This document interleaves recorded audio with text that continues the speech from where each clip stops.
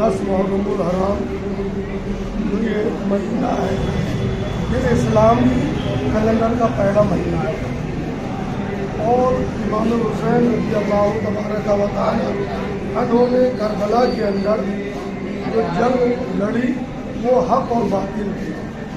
ایک طرف یزید تھا, ایک طرف امام حسین کے 72 نفوس انسیہ تھے. یزید امام حسین پر دباؤ ڈال رہا تھا کہ وہ ہماری بیعت کر لیں, یعنی ہمارے ہاتھ دے دیں. یزید جو تھا فاسق و فاجر تھا, شرابی تھا. امام حسین نے کہا کہ فاسق و فاجر کی بیعت کرنا اسلام میں جائز نہیں, میں تمہاری بیعت نہیں کر سکتا. تو یزید نے کہا کہ آپ جنگ کے لیے تیار ہو جائیں. امام حسین نے کہا کہ میں سر تو دے سکتا ہوں مگر ہاتھ نہیں دے گا. تو 7 محرم الحرام سے امام حسین نے پانی بند کر دیا, نہر فرات پر پہرا بٹھا دیا. یزید کو معلوم تھا اگر امام حسین کے خیمے میں دانا کھانا پانی جاتا رہا تو امام حسین سے جنگ کرنا کوئی آسان کام نہیں تھا. تو اس نے ساری پہلے بندش کری, پانی پر پابندی لگائی, کھانے پہ پابندی لگائی. پھر 10 محرم الحرام کو جنگ کا نکھارا بجا. امام حسین نے اپنے 72 نفوس انسیہ کو راہ خدا میں قربان کیا اور اپنے نانا جان کی شریعت کو بچایا, اور رہتی دنیا تک امام حسین کی یاد مناتے رہیں گے اور منائی جائے گی.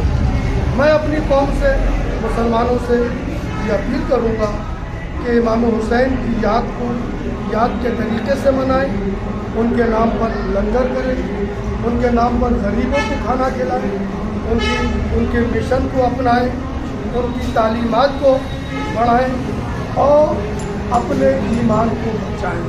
کربلا کے اندر امام حسین کو جن لوگوں نے شہید کرا وہ بھی نماز پڑھنے والے تھے, روزہ رکھنے والے تھے اور قرآن پڑھنے والے تھے.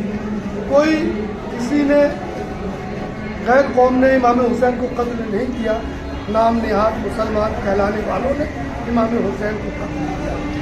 وہاں پر کربلا کے اندر امام یزید کہلایا گیا.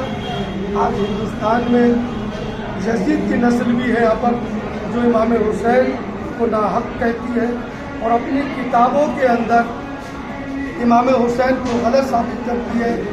جو وہابی وچار دھارا کے ہیں, جو دیوبندی وچار دھارا کے ہیں, جنہوں نے اپنی کتاب کے اندر امام حسین کے بارے میں لکھا کہ خلافت ماویہ و یزید, جو کتاب چھاپی ہندوستان کے اندر, اس کے اندر لکھا کہ اگر امام حسین بچ جاتے ان کا قتل کرنا واجب تھا معاذ اللہ.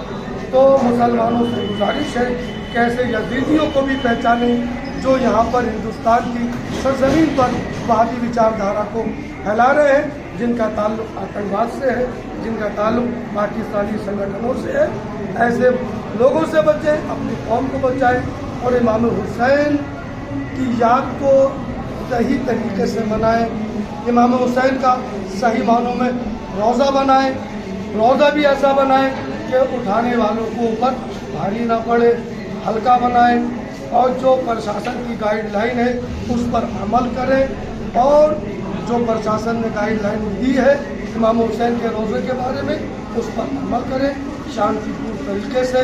کل 10 محرم الحرام کے جو دن ہے امام حسین کی شہادت کا, اس کو اپنے صحیح طریقے سے بنائیں اور اس طریقے سے نکلیں کہ لوگ آپ کے اوپر رش کریں کہ امام حسین کے ماننے والے جا رہے ہیں, امام حسین کے حسینی غلام جا رہے ہیں, تاکہ آپ کو دیکھ کر دوسری قومیں رش کریں کہ ہم بھی اسی طریقے سے اپنے مذاہب کے اور تہواروں کو منائیں تاکہ کسی دوسرے کو تکلیف نہ پہنچے.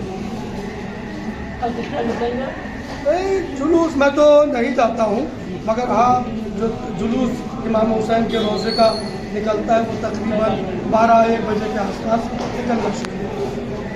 بچوں کو خیال کریں, بوڑھوں کا خیال کریں, اور جھنڈوں کے اندر لوہے کے اسٹیل کے